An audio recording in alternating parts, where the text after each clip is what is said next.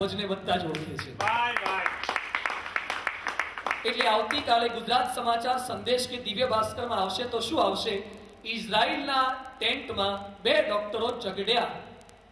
આટલું બધું રાહત કાર્ય કર્યા પછી પણ ઇઝરાયલને કલંક, એટલે અમે લોકો નક્કી કરીને આવ્યા છે કે મારા ઇઝરાયલના ધ્વજને કલંક લાગે એવું અમારે કાંઈ જ કરવું નથી। આજે યુનિટેક પરિવારે પણ સંકલ્પ આ કરવાનો છે।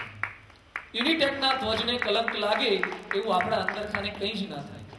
આ ધ્વજવંદન છે, આ સ્વતંત્ર દિન છે। સંકલ્પ આપણા સૌનો આ હોવો જોઈએ। 4 પ્રિન્સિપલ ટૂંકમાં હું આજે જણાવીશ।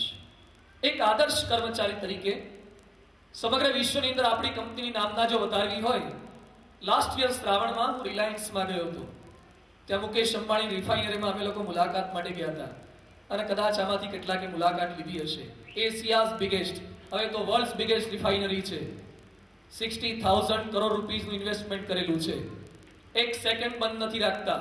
એક સેકન્ડ બંધ રહે એમાં 150 કરોડની ખોટ જાય છે। એટલું મોટું નેટવર્ક ત્યાં પથરાયેલું છે। બધું અમને ત્યાંના ગાઈડે બધું બતાવ્યું, કેટલું સરસ નેટવર્ક છે। આપણે એ લેવલ સુધી યુનિટેકને પહોંચાડવી છે, પણ એના માટે બેઝિક પ્રિન્સિપલ શું? પહેલો મુદ્દો છે તમામ કર્મચારી આપણે યાદ રાખીએ। એક કર્મ નિપુણતા, બીજું કર્મ નિષ્ઠા, ત્રીજું કર્મ ગૌરવ અને ચોથું કર્મયોગ। આ 4 પ્રિન્સિપલ જેના મનમાં હોય એ આદર્શ કંપનીને બનાવી શકે। પહેલું છે કર્મ નિપુણતા। મારું કર્મ શ્રેષ્ઠ કર્મ। એ ચાહે કચરો વાળવાનું હોય, એ ચાહે પાર્ટ્સને રિપેર કરવાનું હોય કે ઓફિસમાં બેસવાનું હોય, મને જે કામ સોંપ્યું છે એ મારે નિપુણતાથી કરવું છે, પરફેક્શન સાથે। No compromise in perfection. ક્યારે જતું નહીં કરવાનું। ગાંધીનગર અક્ષરધામ બન્યું એ વખતે પરમ પૂજ્ય પ્રમુખ સ્વામી મહારાજ અક્ષરધામની મુલાકાત લેવા આવ્યા। અક્ષરધામમાં જે ભગવાન સ્વામિનારાયણની મૂર્તિ પધરાવી છે ત્યાં સ્વામીજીને જોવા માટે લઈ જતા હતા। સ્વામી કે મૂર્તિના પછી દર્શન કરશું, પહેલા મને સંડાસ બાથરૂમમાં લઈ જાઓ।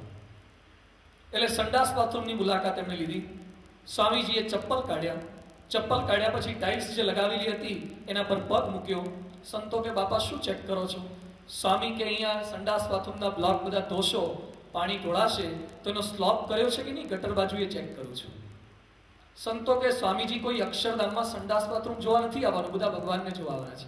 સ્વામી કે ભલે ભગવાનના દર્શન કરવા આવે પણ આપણા કેમ્પસનું સંડાસ બાથરૂમ પણ પરફેક્ટ હોવું જ જોઈએ। તમારું પ્રત્યેક કર્મ નિપુણતા સાથે કરો। સંડાસ બાથરૂમની સ્વચ્છતામાં પણ ચલાવી ન લો। મારા પ્રત્યેક સ્ટાફ, મારો ગેટકીપર પણ એવો જ હોવો જોઈએ જેવો મારો મેનેજર હોય। ગેટકીપરની રૂમ પણ એવી જ હોવી જોઈએ જેવી મેનેજરની રૂમ હોય।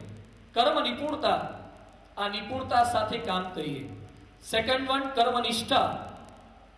આજે સમાજની અંદર નિષ્ઠામાં ખામી છે। ભારતમાં બોલાય છે બધી વાતો, પણ પરિસ્થિતિ કેવી છે? આજે હું મોડા પાડવા વાત નથી કરતો, પણ 100 से 80 બેઈમાન ફિર ભી મેરા દેશ મહાન।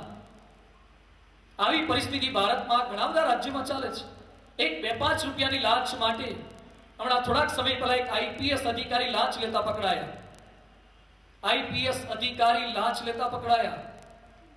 એને ગેલેન્ટ્રી એવોર્ડ મળેલો છે। ભાગવત એની સરનેમ ભૂલી ગયો નામ, અને એને આઈપીએસ એવોર્ડ મળ્યા પછી પણ એને લાંચ લેતા પકડાયા અને નાર્કોટિક્સના વડા હતા। અત્યારે બોમ્બેની જેલની અંદર છે। શા માટે આવી પરિસ્થિતિ સર્જાય છે? તો દેશની અંદર આ અસ્મિતા ખૂટી રહી છે।